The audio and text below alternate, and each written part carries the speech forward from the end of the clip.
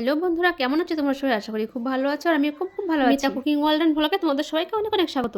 আর বন্ধুরা, আজ আমি কাটবো এত বড় একটা পেঁপে। তো চলো বন্ধুরা, বেশি দেরি না করে ঝটপট আমি এই পেঁপেটা কেটে ফেলি। প্রথমে আমি খুব ভালো করে পেঁপেটা ধুয়ে নেব, তারপর আস্তে আস্তে আমি পেঁপের খোসাটা ছাড়িয়ে নেব। আর পেঁপের খোসাটা আমি খুব আস্তে আস্তে আর খুব সাবধানে ছাড়াতে থাকবো। পেঁপেটা যেহেতু খুব ভালো করে পেকে গেছে, সেই জন্য পেঁপেটা খুব সাবধানে না ছাড়লে পেঁপের খোসার সঙ্গে পেঁপেটা অনেকটা বাদ চলে যাবে। আর বন্ধুরা, তোমরা দেখো পেঁপেটা কতটা ভালো পেকে পুরো হলুদ হয়ে গেছে। আর পেঁপেটা দেখেই যখন এতটা ভালো মনে হচ্ছে, আর খেতে কতটা ভালো হবে। পেঁপে আমি অতটা ভালোবাসি না খেতে, কিন্তু যদি পেঁপেটা ভালো হয়, মিষ্টি হয়, তাহলে খুব ভালো লাগে খেতে। কিন্তু পাকা পেঁপে অনেকেই খেতে পছন্দ করে না। আর দেখতে দেখতে আমি পেঁপেটা হাফ ছাড়িয়ে ফেলেছি। পেঁপেটা যেহেতু একদম পেকে গেছে, সেই জন্য আমি খুব সাবধানে পেঁপেটা ছাড়িয়ে নিচ্ছি। আর বন্ধুরা, এই পেঁপেটি কিন্তু বাজার থেকে কিনে আনা পেঁপে নয়, এই পেঁপেটি আমাদের বাড়ির গাছের পেঁপে। তাই তোমাদের সঙ্গে শেয়ার করার জন্য এই ভিডিওটি আমার বানানো। আর দেখতে দেখতে পেঁপেটা আমার পুরোটাই প্রায় ছাড়ানো হয়ে গেছে। আর চারিদিকে যেসব অল্প অল্প খোসা লেগে আছে, সেইগুলো আমি ভালো করে ছাড়িয়ে নেব। আর পেঁপেটা দেখে মনে হচ্ছে খুব পেকে গেছে পেঁপেটা, কিন্তু পেঁপেটা নরম হয়ে যায়নি। আমার পেঁপেটা ছাড়ানো হয়ে গেছে।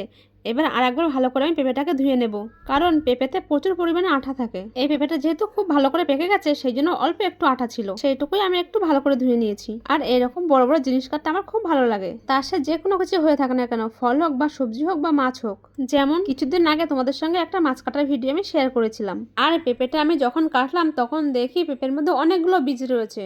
আর এই বীজগুলো আমি সবগুলো বার করে একটা আলাদা জায়গায় রেখে দেবো। আর এই বীজগুলো কিন্তু আমি ফেলে দেবো না, এই বীজগুলো আমি ভালো করে শুকিয়ে এর থেকে আবার চারা তৈরি করবো। আর বন্ধুরা, তোমরা দেখো পেঁপেটা কতটা ভালো, কতটা পুরো পেঁপেটা। আর পেঁপেটা যখন আমি কাটছিলাম, তখন তোমার খুবই ভালো লাগছিল পেঁপেটা কাটতে। আর তার উপরে নরম জিনিস, আমার তো খুবই ভালো লাগছিল চাকু দিয়ে কাটতে। আমি সব পেঁপের দানাগুলো বের করে নিলাম। এবার আমি পেঁপেটা চাকু দিয়ে পিস পিস করে কেটে নেব। আর পেঁপেটা যেহেতু খুব বড়, খুব বড় বড় করে রাখলেও হবে না, একটু সরু সরু করে আমি কেটে নেব। আর পেঁপেটা দেখে আমার খুব লোভ লেগে গিয়েছিল যে কখন কাটবো পেঁপেটা আর কখন খাবো আমি। আর তাই আমি এই পেঁপেটা ঝটপট করে কেটে নিলাম এইভাবে। আর এই দেখো বন্ধুরা, এক সাইড পেঁপেটা আমি এইভাবে কেটে নিয়েছি।